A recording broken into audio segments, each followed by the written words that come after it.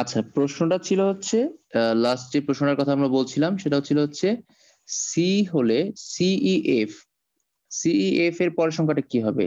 প্রশ্ন হচ্ছে সিইএফ এর পরের সংখ্যাটা কি হবে? তাহলে আমি বলছিলাম এফ এর পরে কত আসে? এফ এর পরে আসে 0, ই এর পরে আসে এফ, তারপর কিন্তু সি যেভাবে আছে সেভাবেই থাকবে। কেন থাকবে সি যেভাবে আছে সেভাবে? কারণ হচ্ছে এখানে ধরো তোমাকে আমি অন্য একটা সংখ্যা যদি বলি, নরমাল একটা সংখ্যা আমি তোমাকে বললাম তুমি হচ্ছে 159, এইটার পরের সংখ্যাটা লিখো কত? এটা নরমাল ডেসিমাল সংখ্যা, হেক্সাডেসিমাল না কিন্তু। 159 এর পরের সংখ্যা কত? তখন তুমি বলবা কি 9 এর পরে আসবে 0, তাই তো? 9 এর পরে আসবে 0, 9 এর পরে আসবে 0, লিখলাম আমি 0। তো 9 এর পরে যদি আমি 0 লিখি তাহলে 5 এর পরে আসবে 6, কিন্তু 1টা কিন্তু চেঞ্জ হবে না। 1টা তখনই চেঞ্জ হবে যখন এইখানের চিহ্নটা শেষ সংখ্যা হবে, এখানের প্রত্যেকটা শেষ সংখ্যা হবে, তখন সামনের 1টা চেঞ্জ হবে। না হওয়া পর্যন্ত কি হবে না?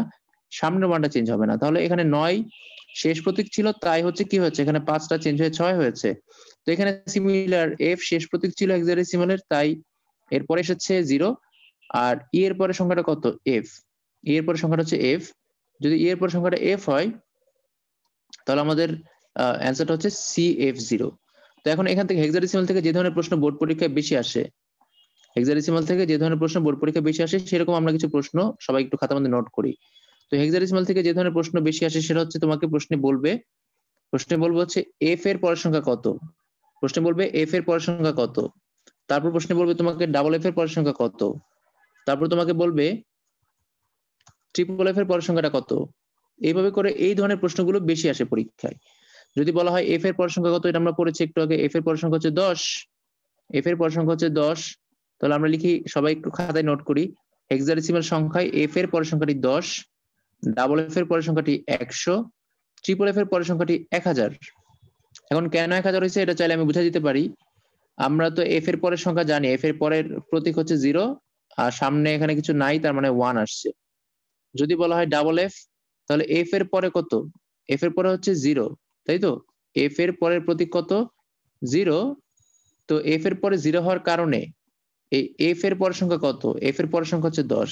আমরা জানি এফ এর পরের সংখ্যা হচ্ছে 10, এই যে এখানে দেখা যাচ্ছে যে এফ থাকলে তার পরের সংখ্যা 10 আসে, আমরা একটু আগে দেখেছিলাম। আবার এখানে এফ এর পরের প্রতীক হচ্ছে 0, তার মানে সামনের এফটাও চেঞ্জ হয়ে পরের প্রতীক হবে 0। আর সামনের যে সংখ্যাটা বসে সেটা পরের সংখ্যাটা আসে, প্রতীক আসে না। তাহলে এফ এর পরের সংখ্যা হচ্ছে 10।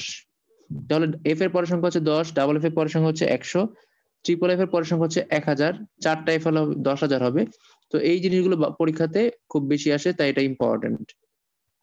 তো যদি কারো বুঝতে সমস্যা হয় বলতে পারো, যদি এই অংশটা বুঝতে সমস্যা হয় তাহলে আমি অন্য এক্সাম্পল দিয়ে বোঝাবো।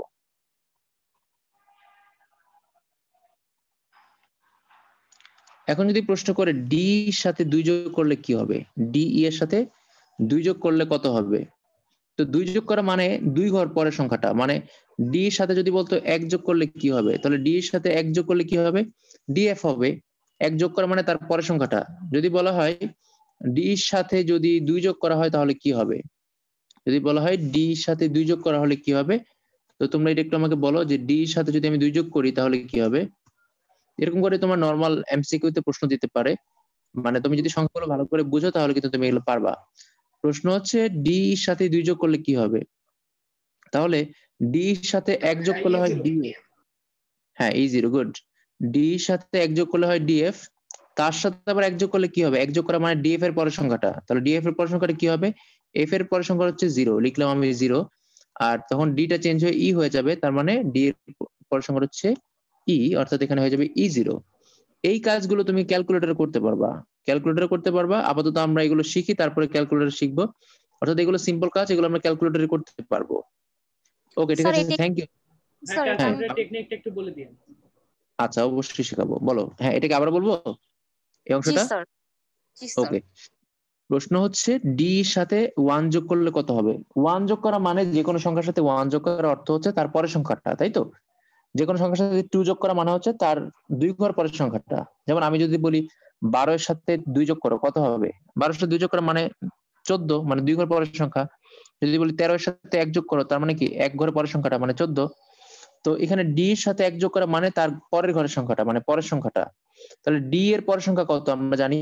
ই এর জন্য হবে এফ, আর ডি তো তখন চেঞ্জ হবে না, ডি ডি থাকবে।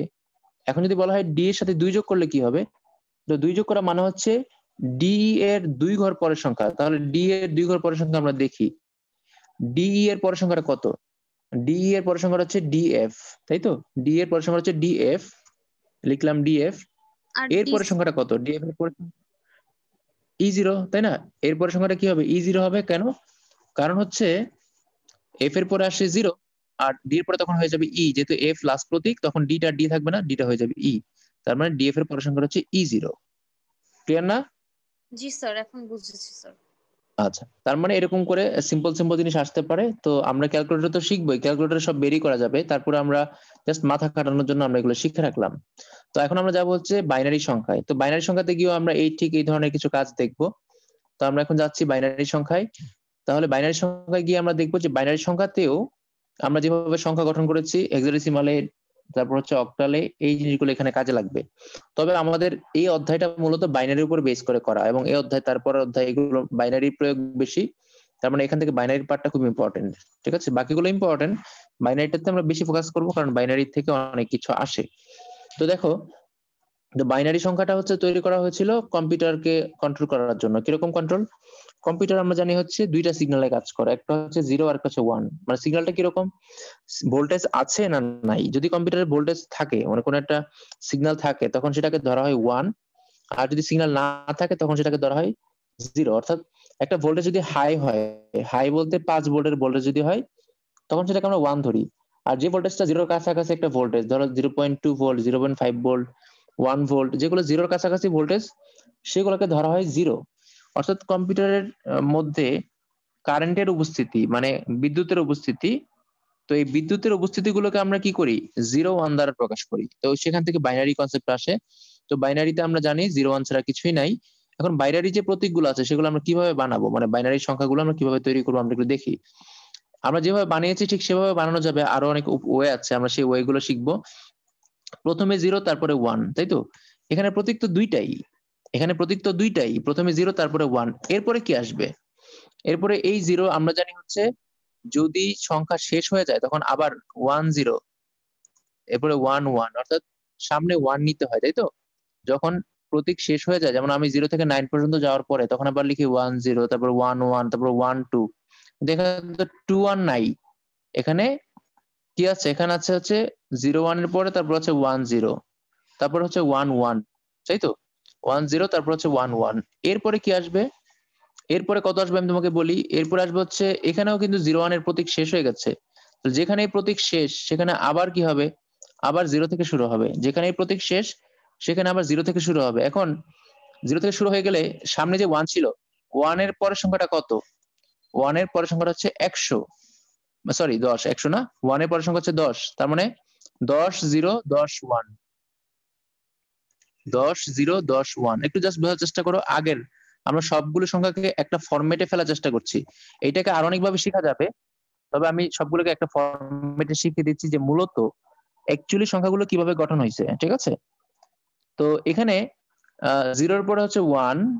তো এখানে 1টা শেষ হয়ে গেছে, প্রতীক শেষ হয়ে যাওয়ার কারণে আমরা কি করি, আবার এই 0 পরে আমরা 1 নেই, তাহলে 1 আসবে সামনে, তারপর 1 0, তারপর হচ্ছে 1 1। এখন এখানে 1 0 1 1 আসার পরে 1টাও শেষ হয়ে গেছে, শেষ হয়ে যাওয়ার কারণে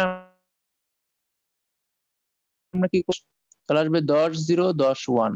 এখানে আবার শেষ হয়ে গেছে, আবার কি নেবো, আমরা আবার 0 নেবো, আবার 1 নেবো। এখন সামনে কি বসবে, 10 যদি শেষ হয়ে যায় তাহলে আসবে 11 11 0 11 1। এইভাবে মূলত হচ্ছে সংখ্যাটা গঠন হয়েছে। তো আমরা যেভাবে মনে রাখবো, আমরা হচ্ছে এটা মনে রাখার জন্য আরো অনেকগুলো উপায় আছে, যেমন আমি একটু উপায়গুলো বলি কিভাবে মনে রাখতে পারি আমরা। ধরো আমি তোমাকে এইভাবে বললাম